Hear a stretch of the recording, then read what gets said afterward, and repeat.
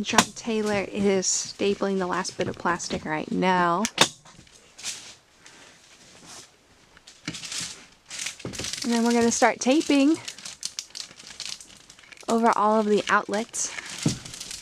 You know, cut like an X and then stuff it behind there to create a moisture barrier around the outlet. And then we will use the frog tape to... Well, are you going to tell them? We had to stop construction and filming for a bit because someone was doing too many zoomies and jumping too much. And he hurt his back. And now he's got this nice little suture in his back. This is his standing time. This is his physical therapy after getting major surgery for a herniated disc, huh? Turns out you had multiple that had healed over the years. Today is one of the first days in a while that I'm going to be going out there to work on stuff. So I'm going to put his treats in his Kong, put him in his kennel so he can rest even more, and then projects. Am I right? Made that one too big. That one was the first one I did, and that one's like perfect. So... beginner's luck, I guess. Yeah, well, this one I did this one freehand. And this one I tried to measure with a laser. Turns out the outlet box was actually a little bit different. Oh. It wasn't even the measurement. The laser went straight across evenly. So. Interesting. This is the first bit of drywall's up, babe. Perfectly level.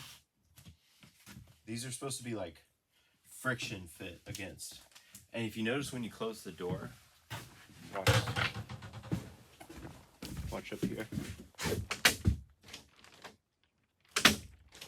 Oh, does that mean that we have a seal in here? Yeah, that's like the air pressure changing and pushing in on the walls, which they do these things called like door blower tests where they close off an entryway and they have like a certain fan pressure that blows into the room, and then they'll walk around with like smoke, like colored smoke, and it will like suck into the cracks that are leaking. And then you can see.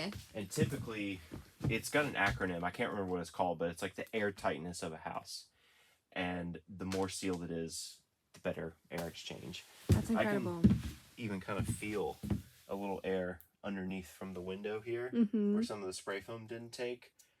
So there will probably be some there. And then like fractions of amounts going behind the holes of the outlet boxes, but overall, close enough.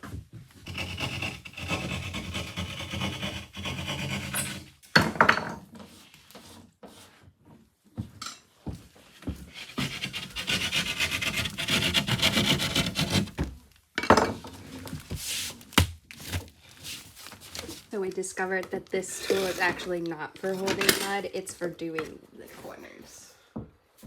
Oops.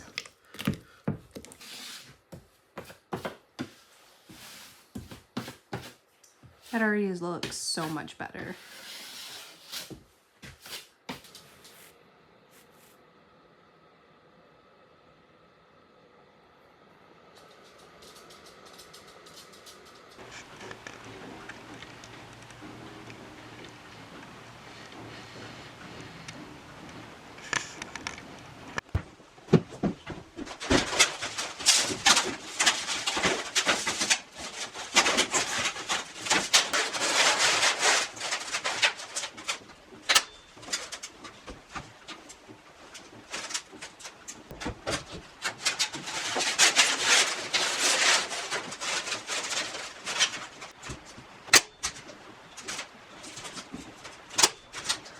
So this is going to be the living room. The wood stove is going to be in that corner over there after I finish all of the foam boarding. And this is going to be the kitchenette area. That is going to be the bathroom in the corner. But this whole wall is going to be our food storage. And like I said, a small kitchenette. The refrigerator right here. Full size, baby. I can't wait for the wood stove. We're hoping to get that done in the next few days before there's a cold snap. Also, I'm trying to finish the ceiling insulation before then, but we'll see.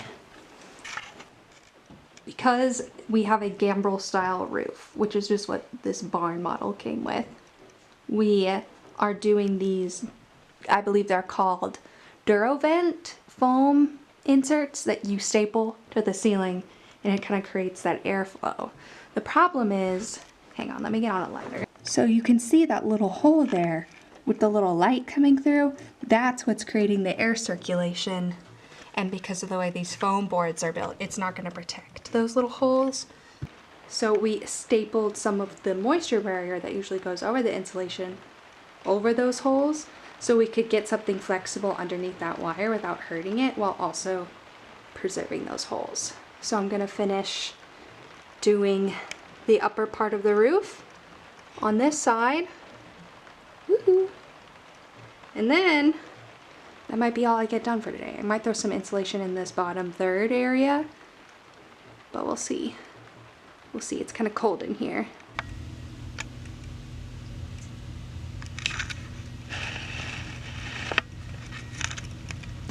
Accidentally lit our terracotta heater on fire. This is as far as I got with the foam before the winter storm hit. So it's pretty cold out here. We've got some stuff set up that's working for us. Is it on fire? No. Okay. The remains. It's pretty bitterly cold.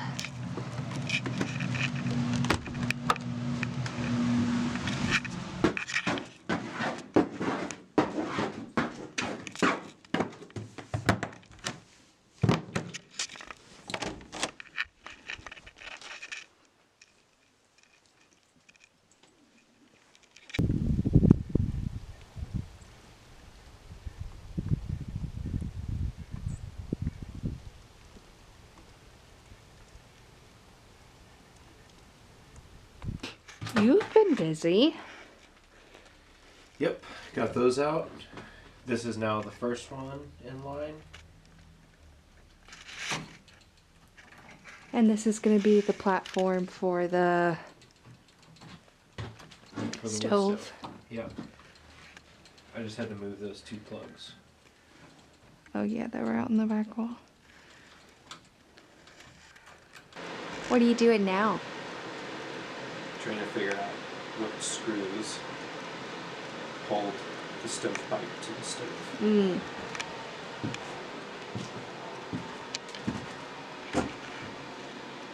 It's looking pretty good.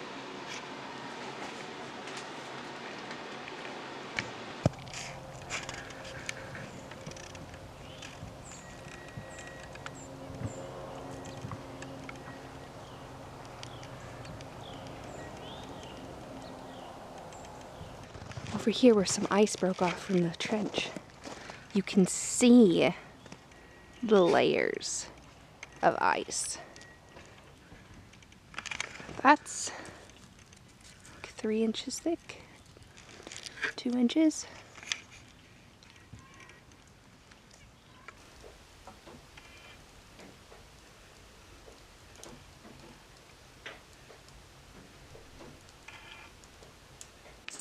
Jump ahead a few days, and I started to do the foam in the bathroom. I finished doing the top all the way leading up to the bedroom, except for that one, because we need to do something to get the moisture barrier through there to cover the gap in the wall so we don't have mold.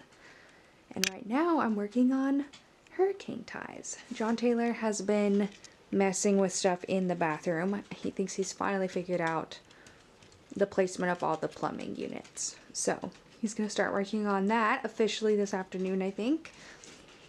And he also built this wall for us to put the plumbing through. So we will insulate between the studs, and then this separate wall will be will be where the pipes run through. Sorry, I got distracted by someone jumping on the roof. They'll be so sad when we cover that up with a wall. But we're gonna make some shelves or something so they can still be close. So the hot water heater in the Airstream where we've been like washing dishes and stuff burst. So it is now our main priority to get running water in here ASAP. So today he's going to take the screws out of this secondary wall for the plumbing so we can get the moisture barrier and the insulation in there more easily. My hero.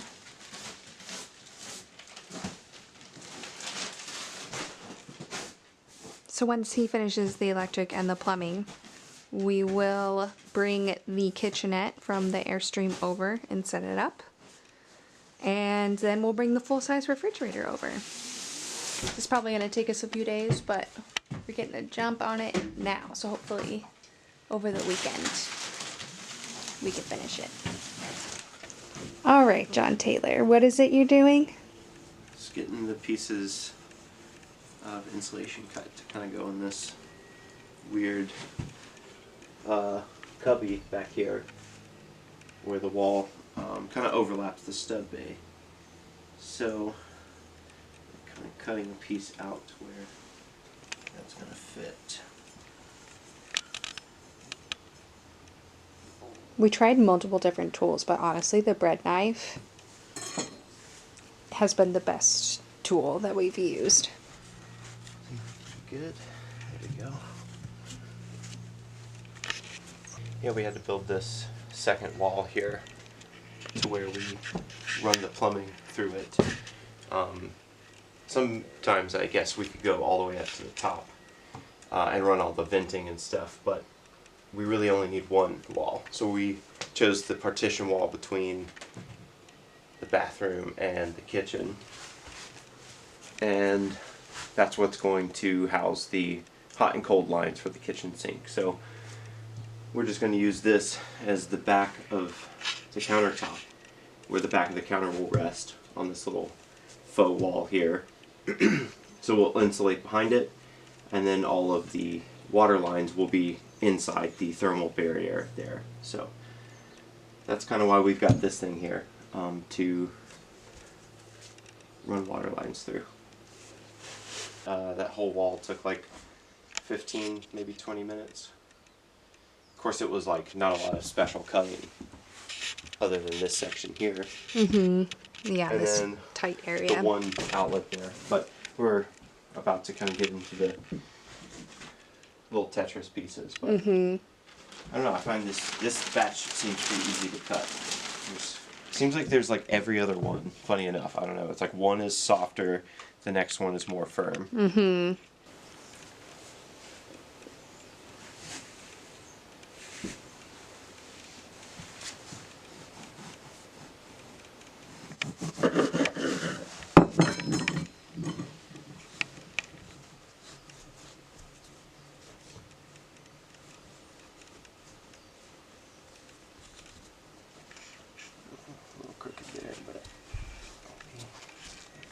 We've got that bag of tufts that we can like cram in here where there's little patches. This way, I mean, I guess we could do all of the pieces all like a uniform size, but this kind of just working as we go along and making the odd and end pieces work. It's easy enough. Yeah, it's a more sustainable way to do it.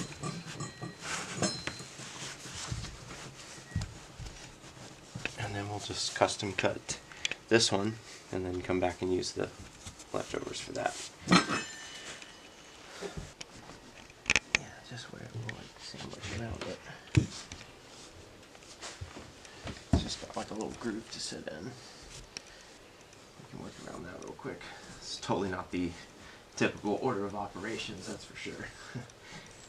But well, you gotta live in it as you go. It's kind of this will be like the second GFI kitchen circuit, and then that's the first.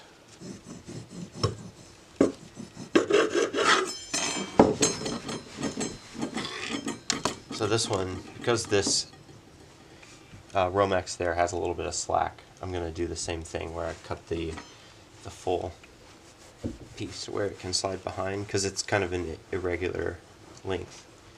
I think it's going to be harder to do just the straight slit across. It's really easy to cut this stuff as opposed to fiberglass. Just so much better. Worth the extra price, I think. Well, we proved that it works in the cold snap in January. Quite toasty. This is like the hardest one because this wall is here. I'm half tempted to take it out, but if I can just, that piece ripped. So we're gonna go with that.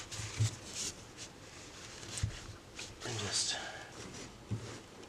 obviously, we should have built the partition wall for the plumbing afterwards, after doing the insulation.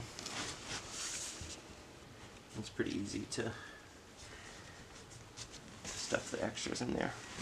It's pretty good. Good enough. Now we'll probably take this one and do these last two pieces over here. Really just finish all the studs. How many stud bays is that total? Let's see. 1, 2, 3, 4, 5, 6, 7. I would think it's maybe 8 in a pack, but just curious how many bays. And how tall is this? What did we say, like 72 inches I think so. high?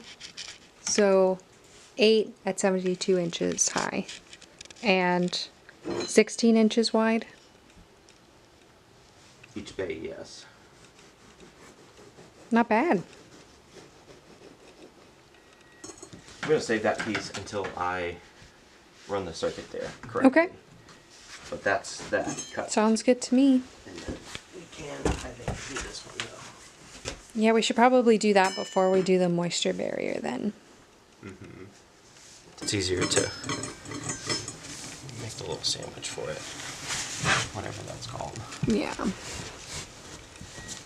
Just like that. Yeah, perfect. Just to use it. Just to fill in those gaps. Yeah, I don't know. There's And that's one bag. not going to be a facing on this, I think. There will probably be a facing on this. I'm going to leave this an open wall. So I think we'll just put the moisture barrier down here and then not really cover it with anything, because this will have something over it. Whether it be a piece of plywood or drywall, I'm not sure, whatever we have. And then that's, going to be behind the kitchen cabinet area, so that's not going to be too much of a concern. I'll just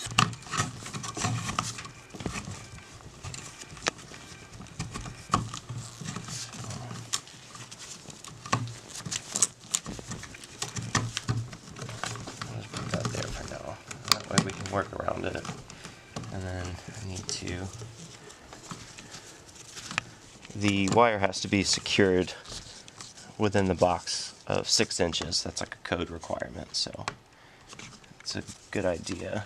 Even though it's kind of coming out of this wall here, I think that's okay, because this is all going to remain open. We'll just cut the moisture barrier around it and kind of do some tape.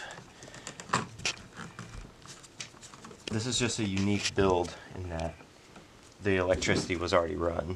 We're kind of taking it along as we go from old circuits and adding new ones. So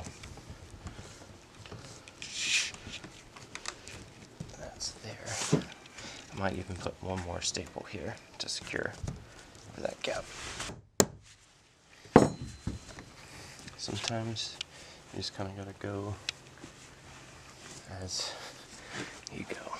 And ideally, we would have done all of the insulation, or all of the gray water plumbing, and then all of the electricity, and then all of the insulation, but... As we could get materials, as we could find things to use. Trying to source as much for free as we can. And your parents gave us a gift card for Christmas that we got the insulation with. So yeah, now we got insulation. Thanks. All right, And look, my- that's almost that whole wall. Yeah. Ooh. Yeah, your parents also. Yeah, we haven't used those yet, so I'm very excited to see what we end up using them on. Maybe stuff for the bathroom. Yeah, probably like a toilet and a shower, honestly. Yeah, I was thinking the exact same thing. Yeah, like a shower pan. I saw one online. It was like $350, I think. Okay, good. And it has like a drain and everything built into it. It's So just glad like we're on the same page.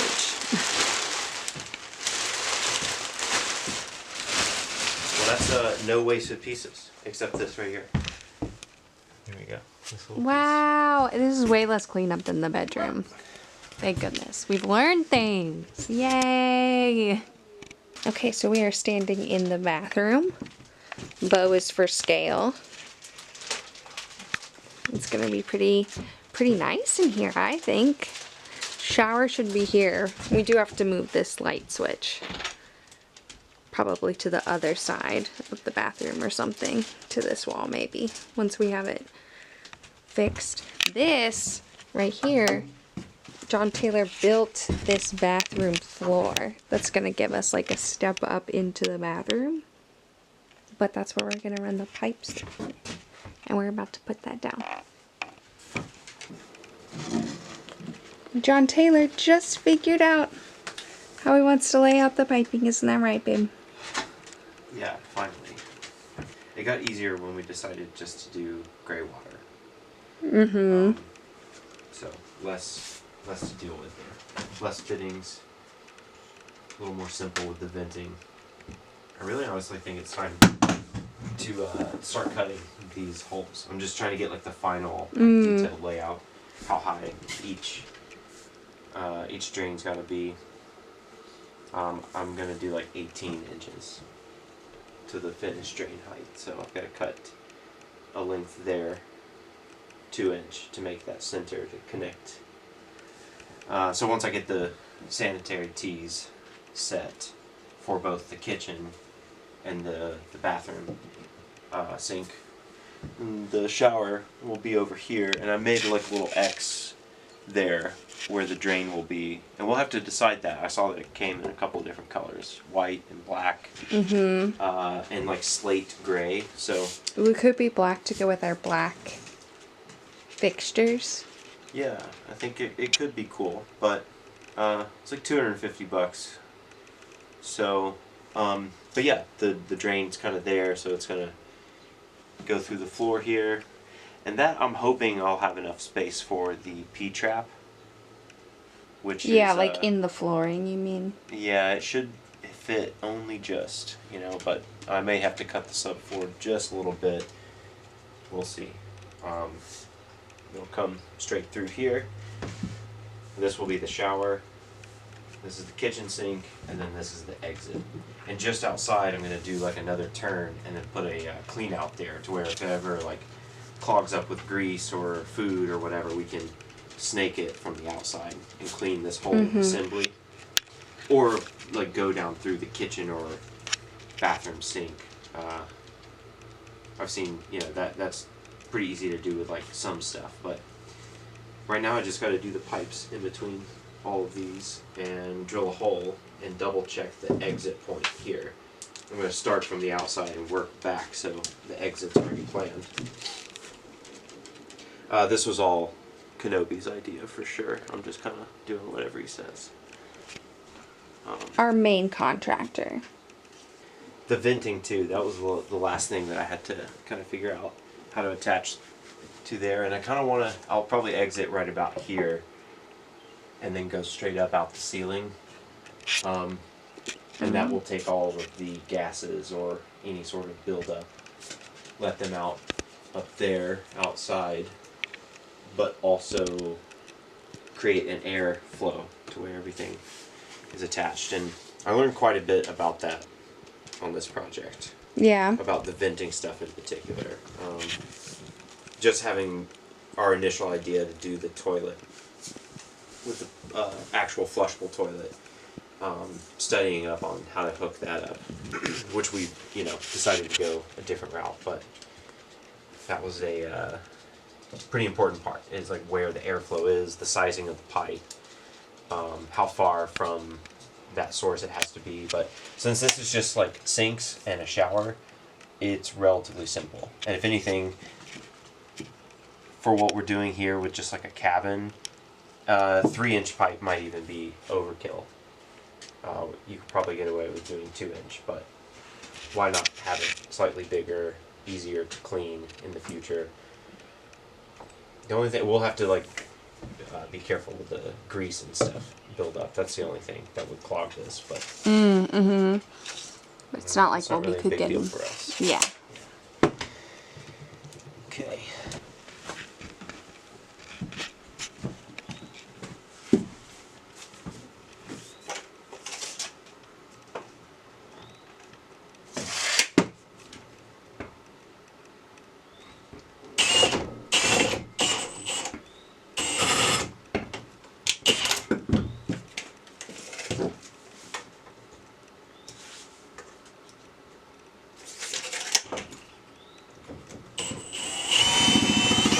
There we go.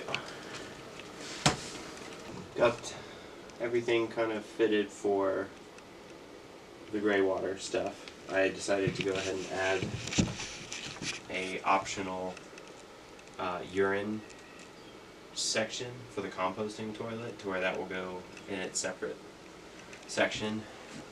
Then there's the shower, sink, and then the kitchen sink. This will be the shower, the P-trap. For that, it'll go something like this. I'm suspecting something like that, and the other pipe will run straight over into the exit there. So I've got to drill a hole here through those 2 studs, and So it can pass through, basically. exactly. Cool. Cut to several days later, we got sick. So we had to pause bathroom renovations. This is what it looks like right now. Still recovering, as you could probably tell. And John Taylor was feeling well enough to go into work today, but I thought this would be a good opportunity for me to provide y'all with some context as to what we're doing here and how we're doing it and why we're doing it. So, for work, we commute to a city that is over 60 miles, an hour and a half away. With gas prices shooting up, it is becoming increasingly hard to justify commuting so far and working so far away. So we're trying to figure out what to do as far as work goes in towns closer to us, like 40 minutes away. But the closest towns to us are like 20 minutes away, and it's really small. So not a lot of job opportunities. That's something you really have to consider before moving somewhere where you're trying to build an off-grid homestead. I think for us, a huge pro was the less cost of living. So the mortgage is just over $700 a month. We both chip in on that. Same thing with utilities. Utilities is pretty high right now because we're using a lot more electricity than we usually would to like warm and cool the building because it's not fully insulated. The Airstream is battery operated, so we do have that security of if we needed to, we could just like pack up and like reduce our intake. We also have solar panels that we intend to hook up and use over here. Overall, though, I think it wasn't just like the cost perspective that drew us out here, it was also the privacy, living in a big city for so long. I mean, I lived where we are now. He's lived here his whole life, but I've lived here over 17 years at this point, and it is exhausting. It's a small city that really boomed in the past couple years, and it has grown out of proportion, and it has grown to a point where even those earning 6 figures a year can barely afford to live there. So accessibility wasn't as much of a priority for us because we lived in areas where everything was accessible, and it was so hard to still get anywhere, still find resources for what you need, and like get help. Especially in the recent snowstorm, it would just became so much more apparent that people who live in the city are way less prepared than people who live in the country to deal with weather emergencies. So that was another huge pro, was like being feeling like you're in an area that's more prepared for emergencies like that. Another huge pro was for our animals. We want to eventually have like all the farm animals, so like chickens and ducks, maybe even a dairy cow at some point, but we'd have to do some serious major renovation to the land, like adding a fence and such. We've also talked about alpacas because my dream is to be able to weave and dye my own yarns as well as make my own tinctures and teas and hair oils off of things we can grow on the land or in greenhouses. And then his plan is to grow mushrooms. So like having a place with a bigger footprint where we could expand was another huge pro of living out in the country. We have so many projects and passions that we want to invest in. So having the space to do so was really important. And last but certainly not least, I feel as though I need to address the comfortability level. Right now, it's not super comfortable. We attached to city water, we do have electricity, and we do have those battery packs that I mentioned earlier. But even so, since the snowstorm, we really haven't had running water out here. So we have been washing dishes with a hose, we've been showering with a hose outside, and that has been a difficult strain on us as individuals and on just like the logistics of trying to get things done here. It's made it so much harder because chores, you have to work so much harder to get things done. So that has delayed the construction a little bit. Overall, though, I think we're doing okay. We still have laundry attached, so that has been a huge lifesaver. If we couldn't do laundry here, I don't know what we would be doing. That would suck. I think the thing that everyone should consider before moving out to a place like this, where you basically have to start from scratch. This is what they call trash land. So it's been logged, torn up. It doesn't really have an agricultural use anymore. They took all of the old growth trees. They did leave some good oak trees out here, which we're trying to protect. And ultimately what we want to do is restore this land, obviously. So we just invested in a bunch of seed crops that will help like protect the soil from washing away, the topsoil, and hopefully remove some of the impurities from it from all the heavy logging. Listen to the birds. They're so happy. But what I think, despite all the projects, despite all the enthusiasm, despite all the education that he and I have, John Taylor has worked on farms, so have I. He ran a successful mushroom business for a year where he was growing his own mushrooms, and he was able to break even on the costs of the mortgage and the materials through that. I have a master's degree in sustainable agriculture with a focus in growing in urban environments, but I've only ever really wanted to live on land on a farm. So we already had that base layer of like passion and education where we knew what we were doing when we got into this for the most part. He also has a lot of like building handyman job experience. So we already had the electrician stuff under his belt. The plumbing stuff we're both kind of learning together. I've also done some building initiatives, like trips I've gone on to like build homes in rural areas. So some building knowledge there, not as much experience as him, but even with all of that knowledge and experience, we've had to confront our issues with comfortability here. And I think you need to, if you're thinking about investing in a piece of land and moving off grid, or even just like moving out to the country, you need to confront the level of comfortability you're willing to go through. The reality is no matter where you live in the next few years, there's going to be some challenges with comfortability. So living out on land gives me personally more independence to do what I want, but it does take that extra work to get resources out here in some ways, you know, like we do have farm co-ops close by. There's a lot of handy people who live out here. We have some great neighbors who have helped us out a ton over the past couple years, so neighbors who like look out for our property when we're not here, who like also update us on what's going on with them and the issues they're dealing with, like are there any animals you're spotting that are like eating your chickens and things like that.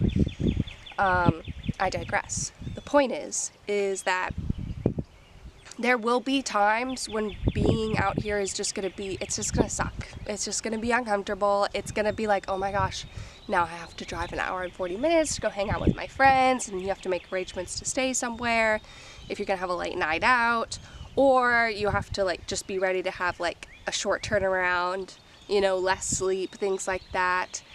There's gonna be challenges no matter what, but I personally believe that the independence we get out here and the freedom that we have so far outweighs any uncomfortability that we could be dealing with. This is where I want to be, this is where he wants to be, and we're doing it together, which makes it all the more special.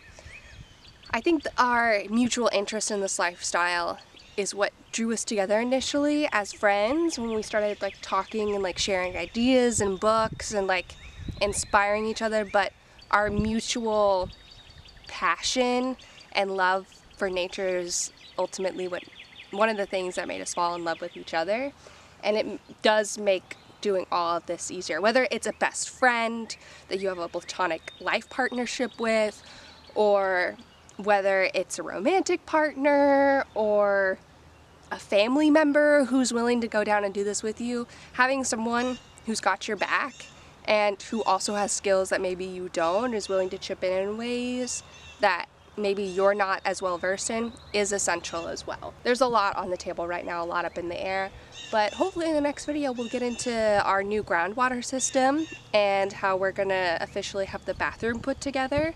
And then the kitchenette. We'll be moving the kitchenette from the Airstream over here in the next week or so, which is very exciting. It's been tough. I would say the food situation has been one of the toughest aspects to like get over with like storage and everything, but new things on the horizon, y'all. Alright, I'll catch you in the next video.